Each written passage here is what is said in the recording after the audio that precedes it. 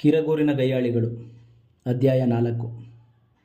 ಏನು ಮಾರಾಯ, ಈ ಮರಕ್ಕೆ ಇನ್ನೊಂದು ಅರ್ಧ ದಿನ ತಡೆಯೋಕ್ಕೆ ಆಗಲಿಲ್ಲ. ಅರ್ಧ ಪಲ್ಲ ಭತ್ತ ಅನ್ಯಾಯ ಆಯ್ತಲ್ಲ.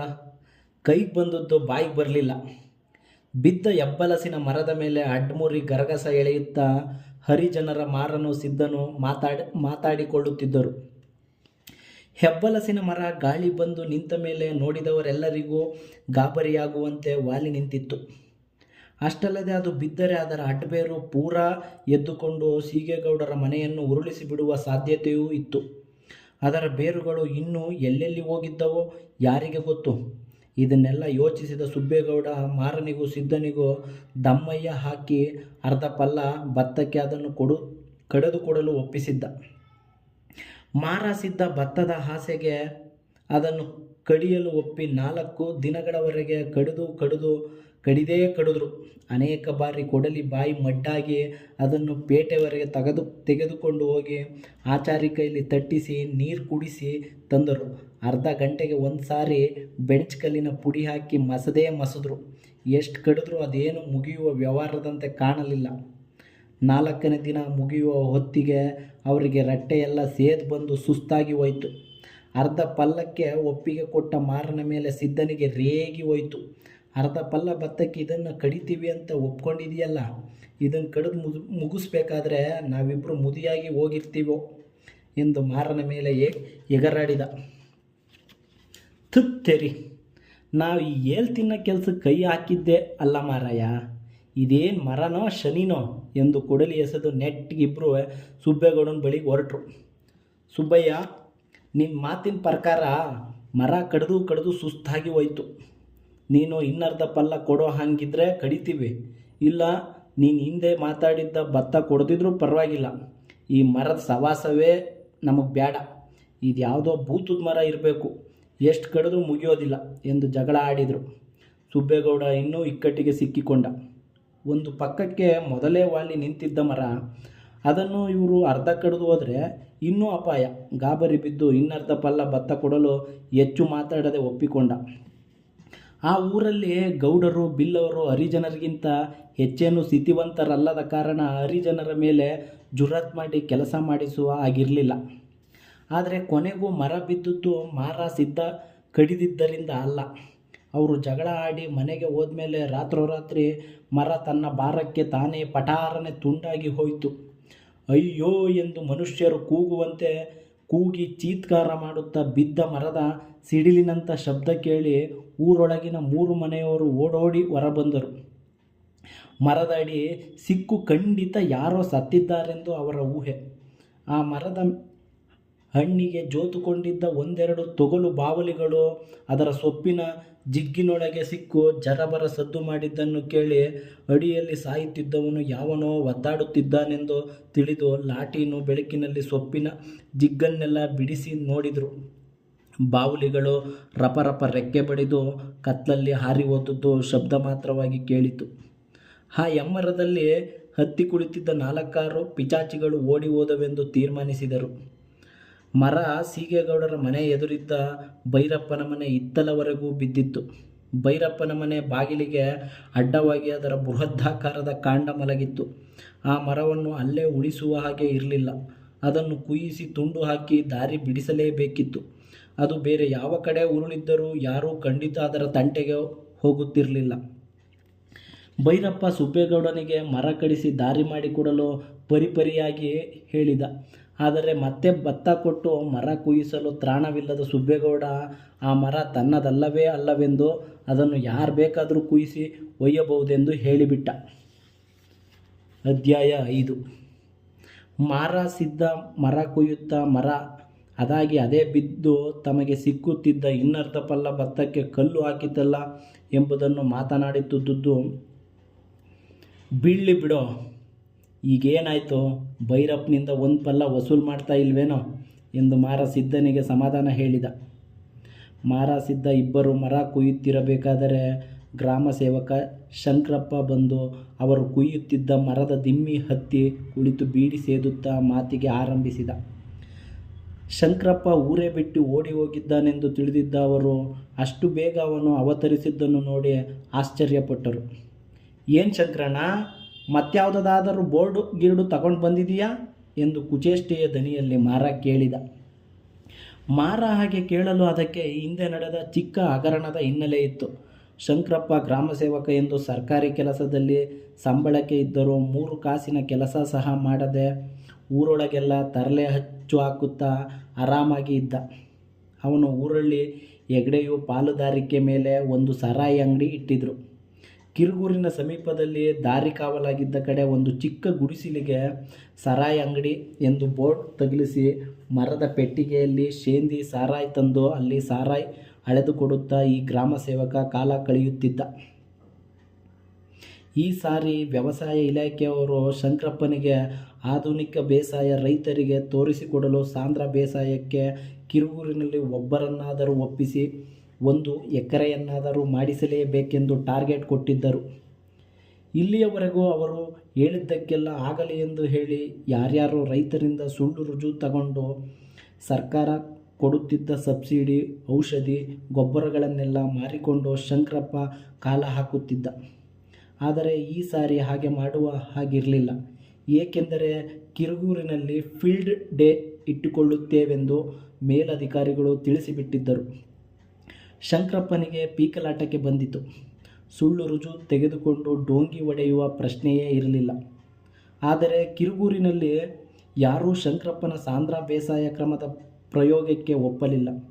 ಇದಕ್ಕೆ ಮುಖ್ಯ ಕಾರಣ ಕಿರುಗೂರಿನ ರೈತರಿಗೆಲ್ಲ ತಮಗೆ ಊಟಕ್ಕೆ ಬೇಕಾದ ಭತ್ತ ಬೆಳೆದುಕೊಳ್ಳುವಷ್ಟು ಮಾತ್ರ ಜಮೀನು ಇದ್ದುದು.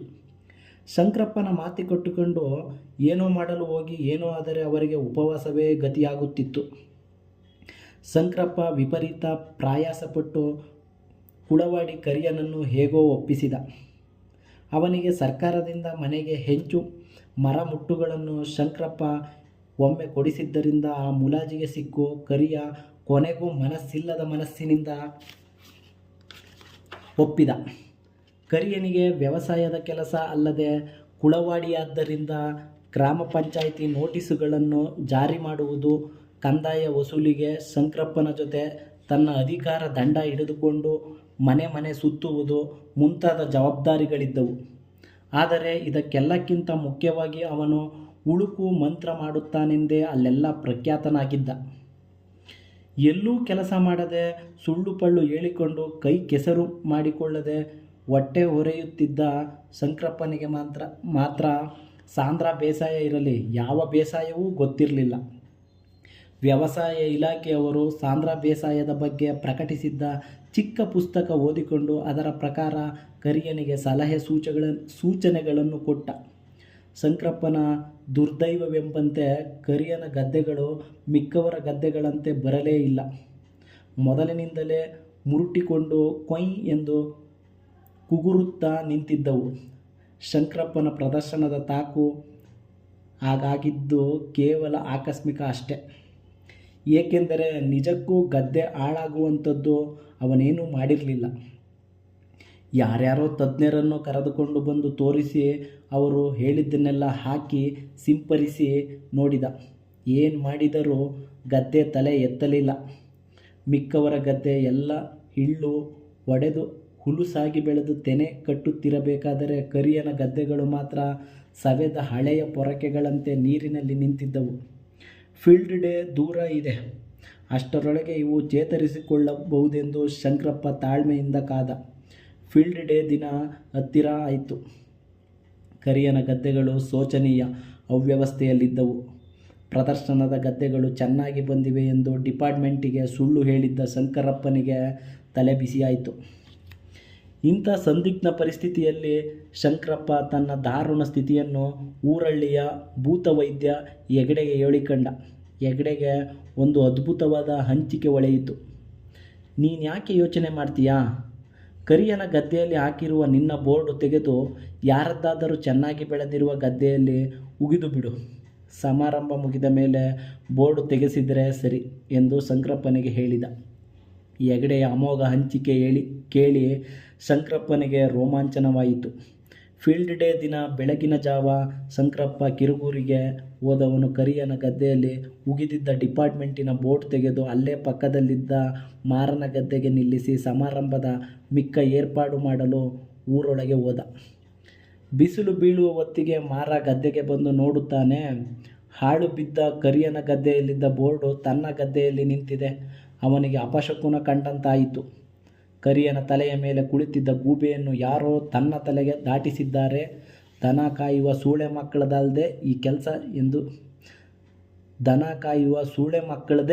ಕೆಲಸ ಎಂದು ಯೋಚಿಸಿದ. ಮತ್ತೆ ಒಯ್ದು ಕರಿಯನ ಗದ್ದೆಗೆ ಚುಚ್ಚಬೇಕೆಂದು ಮನಸ್ಸಾದರೂ ಅಷ್ಟೊಂದು ತಾಳ್ಮೆ ವ್ಯವಧಾನ ಇಲ್ಲದೆ ಕೋಪದಲ್ಲಿ ಅದನ್ನು ತೆಗೆದು ಹಳ್ಳದ ತಡಿಗೆ ಎಸೆದ. ಶಂಕರ ವಾಪಸ್ಸು ಬಂದಾಗ ಮಾರ ಒಬ್ಬನೇ ಗದ್ದೆಯಲ್ಲಿ ನೀರು ಕಟ್ಟುತ್ತಾ ಇದ್ದ. ಬೋರ್ಡಿನ ಸುಳಿವೇ ಇಲ್ಲ. ಬೋರ್ಡ್ ಎಲ್ಲಿ ಎಂದು ಕೇಳಿದ್ದಕ್ಕೆ ಅದನ್ನು ಯಾರೋ ತನ್ನ ಗದ್ದೆಗೆ ತಂದು ಉಗಿದಿದ್ದಾರೆಂದು, ಅದನ್ನು ತೆಗೆದು ಹಳ್ಳದ ತಡಿಯಲ್ಲಿ ಇಟ್ಟಿದ್ದಾನೆಂದು ಹೇಳಿ ಬೋರ್ಡ್ ತೋರಿಸಿದ. ಬೋರ್ಡ್ ಬಿದ್ದಿದ್ದ ಭಂಗಿಯಲ್ಲಿ ಅದನ್ನು ತೆಗೆದು ಇಟ್ಟಿದ್ದಲ್ಲ, ಎಸೆದದ್ದು ಎಂದು ಚೆನ್ನಾಗಿ ಗೊತ್ತಾಗುತ್ತಿತ್ತು. ಮಾರಾಯ, ಇವತ್ತೊಂದಿನ ಈ ಗದ್ದೆಯಲ್ಲಿ ಚುಚ್ಚಿರ್ತೀನಿ. ಇವತ್ತು ಫೀಲ್ಡ್ ಡೇ ಇಟ್ಕೊಂಡಿದ್ದಾರೆ ಕಣೋ. ಸುಮಾರು ಜನ ರೈತರು, ತಹಸೀಲ್ದಾರರು, BDO ಎಲ್ಲ ಬರ್ತಾರೆ. ಕರಿಯನ್ ಗದ್ದೆ ತೋರಿಸಿದ್ರೆ ನನ್ನ ಕೆಲಸ ಹೋಗ್ತದೆ ಎಂದು ಶಂಕರಪ್ಪ ಅಂಗಲಾಚಿದ. ಮಾರನಿಗೆ ದಿಗಿಲಾಯಿತು. ತಹಸೀಲ್ದಾರರು, BDO ಮುಂತಾದ ಆಫೀಸರ್ಗಳೆಲ್ಲ ಬೋರ್ಡ್ ನೋಡಿಕೊಂಡು ತನ್ನ ಗದ್ದೆಗೆ ಬಂದರೆ ಗತಿ ಏನು? ಇನ್ನಷ್ಟು ಲೇವಿ ಹಾಕಿ 2 ಬೆಳೆ ತೆಗೆಯೋ ಗದ್ದೆ ಎಂದು ಕಂದಾಯ ಹೆಚ್ಚಿಸಿ ಏನೇನೋ ಕತೆಯೋ ಹಾಳು ಬೋರ್ಡಿಗೆ ಬೆಂಕಿ ಹಾಕ ಎಂದು ಯೋಚಿಸಿ ಶಂಕರನಿಗೆ ಮೊದಲು ಬೋರ್ಡನ್ನು ಇಲ್ಲಿಂದ ತೆಗೆದುಕೊಂಡು ಹೋಗೆಂದು ಅವನಿಗಿಂತ ಮಿಗಿಲಾಗಿ ಅಂಗಲಾಚಿ ಬೇಡಿಕೊಳ್ಳತೊಡಗಿದ.